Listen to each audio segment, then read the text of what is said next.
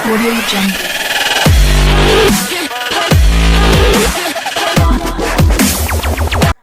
Assalamualaikum warahmatullahi wabarakatuh. Saya Putri Hardianti dari kelas 4C ingin menjelaskan tentang biokimia lipid atau lemak.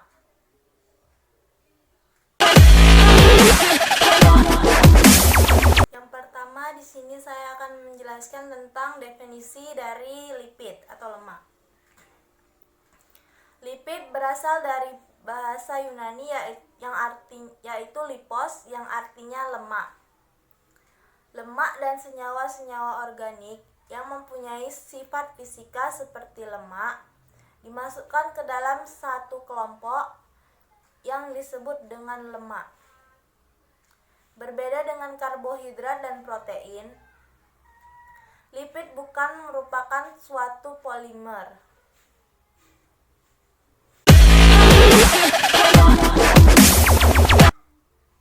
Selanjutnya, yang kedua, di sini saya akan menjelaskan tentang sifat-sifat lipid, yaitu yang pertama, lipid atau lemak tidak larut di dalam air.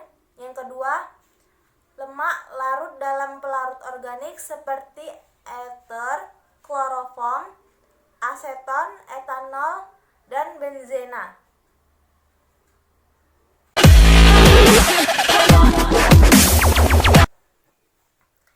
Yang ketiga, di sini saya akan menjelaskan tentang fungsi lipid. Fungsi lipid yang pertama yaitu komponen membran sel, yang kedua sebagai perlindungan dinding sel, yang ketiga penyekat panas atau insulator, yang keempat sebagai sumber energi atau simpanan energi dalam tubuh. Yang kelima, dia sebagai pelarut vitamin A, D, E, K. Yang keenam, dia sebagai komponen hormon atau steroid.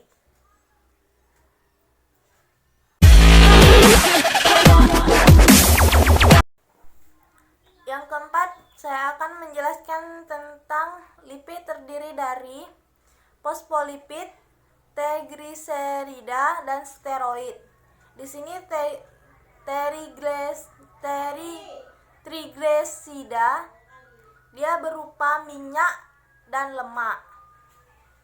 Trigliserida itu dia terdiri dari lemak dan minyak. Terus minyaknya terbentuk dari asam lemak jenuh, asam lemak tak jenuh, sedangkan asam lemak tak jenuh dan gliserol. Sedangkan si lemak dia berbentuk asam lemak jenuh dan gliserol. Dia cuma membedakannya asam lemak jenuh dan asam lemak tak jenuh. Kalau dia minyak, asam lemak tidak jenuh. Kalau dia kalau dia minyak, dia asam lemak tidak jenuh. Sedangkan dia lemak, dia asam lemak jenuh.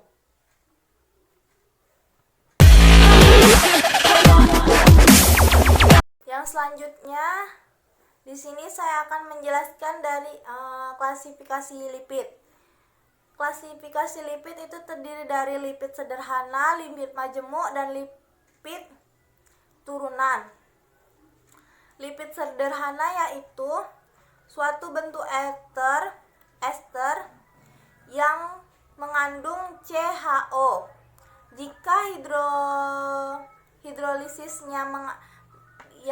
hidrolisisnya dia mengandung atau menghasilkan lemak, asam lemak, dan alkohol. Tadi lipid sederhana disebut juga dengan homolipida. Lipid sederhana yaitu terdiri dari lemak. Contohnya lipid sederhana yaitu lemak atau lemak dan lilin. Yang kedua, dia lipid majemuk. Lipid majemuk yaitu ester asam lemak yang mempunyai gugus tambahan. Contohnya dari lipid majemuk yaitu fosfolipida, glikolipida, sphingolipida, lipoprotein, lipida campuran, dan lain-lain. Yang selanjutnya, yang ketiga, yaitu lipid turunan atau derivat lipida. Lipid turunan adalah senyawa yang menghasilkan suatu proses hidrolisis lipid. Contoh lipid turunan yaitu asam lemak, gliserol, pterolida, aldehida, lemak, dan benda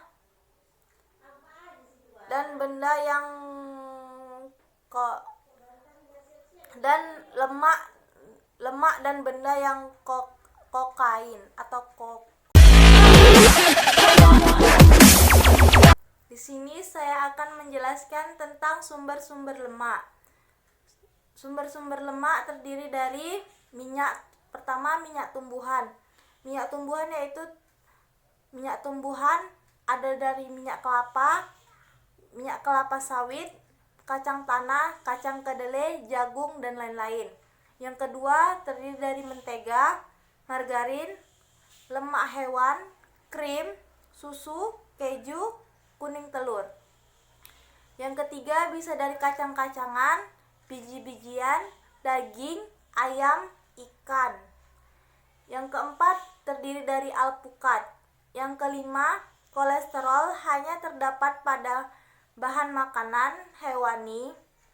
Dalam tubuh dapat diperoleh dari sintesa di dalam hati dari HA. Protein dan lemak. Jumlah sintesa tergantung kebutuhan di dalam jumlah dari tubuh. Selanjutnya di sini saya akan menjelaskan tentang metabolisme lemak. Metabolisme lemak terdiri dari satu, lemak disimpan di dalam jaringan liposa. Yang kedua, enzim lipase akan mencegah trigliserida ke gliserol dan asam lemak ke pembuluh darah, kemudian dibakar dan menghasilkan energi CO2 dan H2O. Yang ketiga, lemak tubuh tak dapat dihidrolisis secara sempurna tanpa kehadiran karbohidrat. Yang keempat, tubuh simpan lemak sampai dengan tak hingga, tapi tak sepenuhnya dapat menghentikan CO2 sebagai sumber energi otak.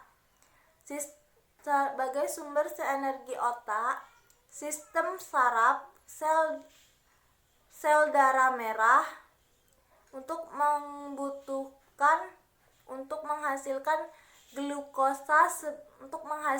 glukosa sebagai sumber energi di dalam tubuh.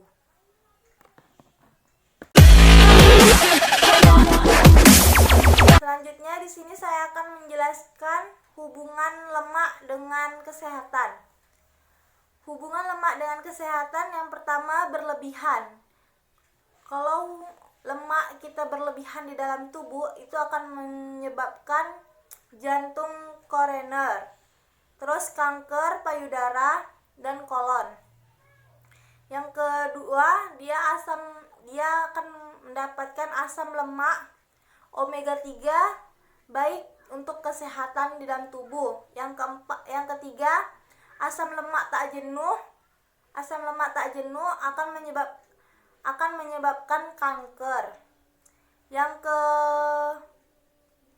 Yang keempat, dia kekurangan lemak.